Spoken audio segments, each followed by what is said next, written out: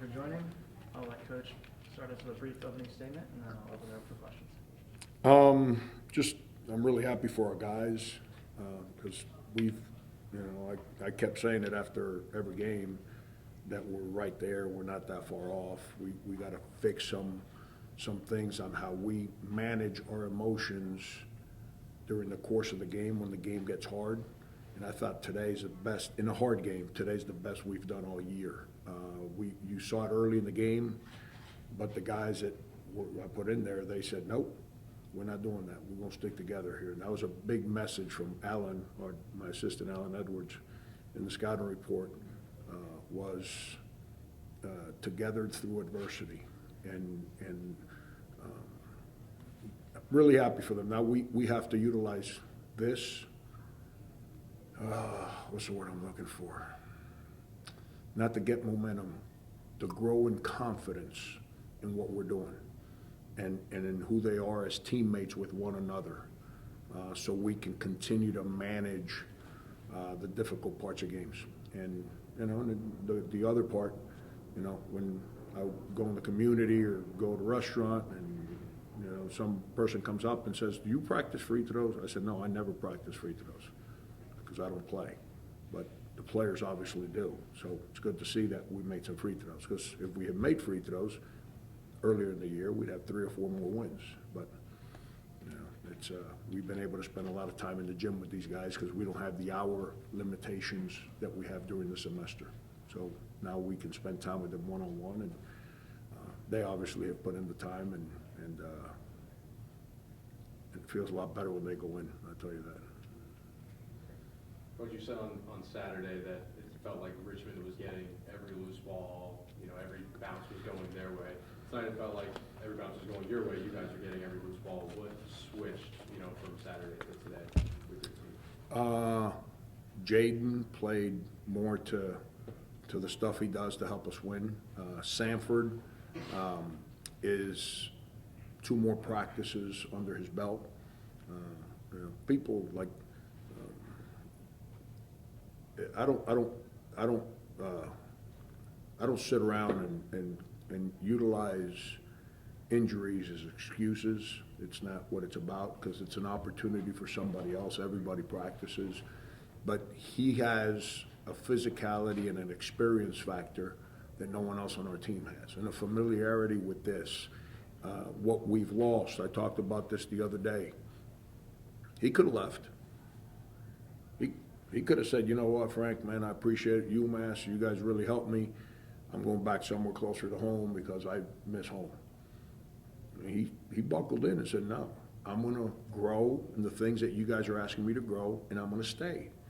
There's a commitment factor there to us that all those other bigs don't have. He has it. Rivera's starting to figure it out. He's a very physical player. Sanford gives us that. And then I've sat here and complained about our 5 spot a lot. I'm tired of complaining. I gave Amadou a chance. And Amadou's been, his English has gotten a little better, so he understands a little better. But his competitive spirit is something that we lack. And he gave us that today. Like he didn't know half the things that he was supposed to do out there, but he was going to not back down from the physicality of the game. So I'm really, and Marquis, those guys, they all gave us a physicality. That's how my teams play. For 40 years, if you go back and watch a JV team I coached in 1987, because that's who I was as a player. I couldn't play the game through grace and athleticism. I had to play it through grit and nonstop, relentless physicality. And my teams have always played that way. And so it was fun to see our guys play that way today. Coach Rivera had another double-double, and both Diggins and Worthy were in double digits as well. How did really those 3 become a surprise 3-headed monster in that game, especially down those big stretches? Yeah, their guards are smaller. So I had a feel that Marquis could have some opportunities today with his physicality at the guard spot and getting downhill. Marquis is a great kid, like a great kid. Again, I never put him in games last year. Like, he could have packed his bags and gone back to California, but he said, no, this is where I belong. You're my guy. I love my teammates, and I'm here. There's a level of commitment to be here. So guys fight because they made the commitment. We didn't trick them to stay here. They made the commitment, and so that's awesome. And then Rivera's starting to figure it out. He's starting to figure it out. He's a good player. He was a good player when we recruited him, but he's starting. You go to junior college, and after a year you go to St. Louis, you break your foot, you don't play, then you go to Bryant, the coach you signed to play for gets in trouble. So then he's kind of floundering last year. Now he comes to a new school, brand new teammates, personalities have to connect. And him, Rasul, and Daniel Sanford going into the Harvard game, they got away from what's the word I want to use so I don't get accused because I say a nasty word. They put the BS aside and they realized, like, yo man, we have to play to win, not play for our own things. And those three guys created it, and everyone else is starting to follow in line from that standpoint. And now guess what? They're playing for each other rather than themselves. New guy, old guy, they finally connected through adversity, and now they're starting to lead our basketball team, and it's fun to watch. That's what coaching is about. You've mentioned in the past that you would like to see more from Rasul than just 3-point attempts. And today he got a lot of extended run at point guard and finishes with 6 assists and draws 7 fouls out there. When you see Yeah, that's a credit to him. I played him a lot in point guard in the preseason and practices, and because he asked me for that opportunity. Jalen, for whatever reason, wasn't in the mood today, and I'm not. The guy in the back of the room didn't hire me to be a babysitter, so I'm going to play the guys that are geeked up and ready to go, and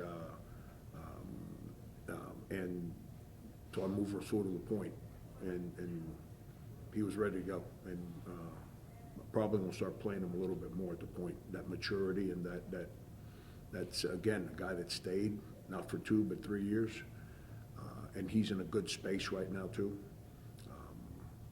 It's hard to play point guard when mentally you're all over the place. And early in the year, he was worried about the stuff that don't matter.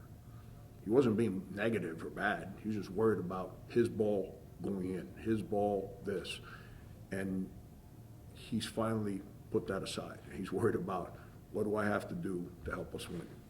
And because of that, good things start to happen. So now he's better prepared to go back to that point and help us at that spot. Coach, out-rebounded Flyers by 12 with 13 coming on the offensive boards. How did that really help, especially since you guys got 10 more shot attempts over that? Yeah, I don't know if Sanford grabbed any. I haven't really looked at the stats. I don't know if he rebounded, but he gives us a physical, active body that pays attention to our rebounding rules offensively, which now allows Jaden to come flying in there on the weak side and come up with rebounds. Rivera's starting to figure that out. That's why he's rebounding better. He's still not there, but that's why he's rebounding better. It's rebounding. Some guys are good at rebounding. They're good rebounders if they're standing next to the rim. But in the game, you don't get to stand next to the rim. You have to go defend or play offense at the 3-point line, at the elbow, at the top of the key. And so now when balls are shot, you have to understand how to rebound from 20 feet, not rebound by standing under the basket. Rivera was a good rebounder when he's standing under the basket.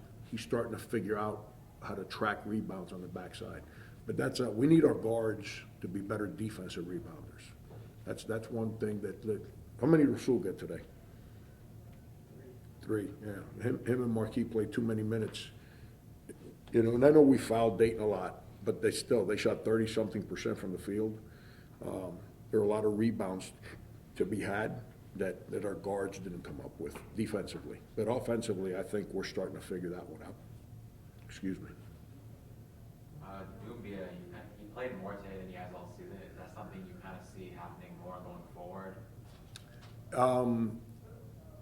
He was practicing really, starting to really impact practice going into Christmas break. Like in the Arizona State game, I came this close to put him in. Well, he had not seen his mom in a long time. So he asked me if he can go to Mali during our 4-day window that over Christmas. So he went back home to go see his mom, and so he asked me if he can take an extra day off. Like we started practicing on the 27th. He said, can I come back on the 27th and be ready to go on the 28th? I know everyone thinks that I'm this like raging lunatic that, you know, that has no desire to care for people. It's hard to tell a kid that's in a country by himself, away from his family, like, no, you gotta be back on the night of 26 because I said so. Well, guess what happened? They canceled his flight. So he didn't get back to the night of the 28th. So now we practice on the 29th, 30th, go to St. Joe's. I probably should have put him in against Richmond. I wasn't ready to put him in against St. Joe's. He had missed 7 days now. The 4 days that they were off and then those 3 days. So he missed 7 days. I wasn't gonna do that to him or our team. I probably should have played him against Richmond, and I made a decision not to. But he brings a joy to compete. Like, people like get wrapped up with themselves, and when you're wrapped up with yourself, as soon as you go play somebody, the game's not easy, the game's hard. And the guys we play against are good. And now you gotta have a competitive spirit to stay disciplined and deal with that. He brings that. He physicality, effort, running, none of that stuff bothers him. And when you're at practice, being a coach is not as hard as people think it is. All you gotta do is pay attention to your players. They complement the guys that they like playing with. And Rasul, Dan, all these guys you're asking me about, guess who they're having tremendous enthusiasm for in practice? Amadou. Guess who they had unbelievable enthusiasm for as soon as he made a positive play in the game? Amadou. So if you coach, you get a sense of who the guys that the guys really enjoy being around. And he's really talented. Problem with him, he don't speak English. So I try to coach him in Spanish, which I'm glad you guys don't speak Spanish because you wouldn't like every other word I say to him. But I coach him in Spanish, but that's hard to do in practice because I've got 16 guys that don't speak Spanish. So I can't just be a Spanish babysitter for him, but he's starting to figure it out. He's starting to figure it out. But he's just like Marquis, beautiful kid, man, beautiful kid. I'm really happy for those guys that. A lot of times you show up to work and no one opens the door for you. And it's easy to get frustrated. Those guys answered the bell. Today I said, all right, there's your door. He answered the bell. And that's all you can ask from people, especially at that age. That's one year. Yeah, Coach, Dayton's a team that, you know, blew out UConn early in the year, beat Marquette. They go on to the road and lose to GW. They come lose to UMass. Just what's that say about how tough it is to win on the road in this league and just the state of the A-10 right now? League play, man. This league's hard. This league, you know, that's where we went to St. Joe's. We're right there to win, and we just couldn't. But we made our free throws. We did things the right way. But that's league play. League play's hard. Like I don't really pay attention to too many teams outside our league once December hits. But after Richmond, I think it was Richmond, it might have been St. Joe's, I was frustrated. And so I started looking at scores around the country, every league. I was blown away by how many 30, 40-point games are existing in league play. I'm like, wow. I saw a team in league play lose by 50. And I'm like, in a good team, not a bad team. I'm watching teams that are coached by guys that won national championships, losing road league games by 25. I'm saying, like, wow. Like, it's the moment we're in college basketball right now. We all have so many new players that when it gets really hard, they don't have that commitment to the university and to the team, so they let go of I call it letting go of the rope, and the game gets away from you. But this league's hard. This league's got really, really good teams, really, really, really good coaches. I mean, I'm glad you worded the question the way you did, because the easy thing to do is say, Dayton, they're not, Dayton's good. Dayton, you don't win the games that they've won. They had North Carolina dead in the water. They had Iowa State dead in the water. They beat UConn, beat Marquette. They're good, and but the league is good. So it's somehow, some way, we got to figure out a way to comprehend that, so we can keep our demeanor in the right space, so we can figure out a way to close out games the way we did today. Thanks, everyone. Thank you. Thank you, Coach.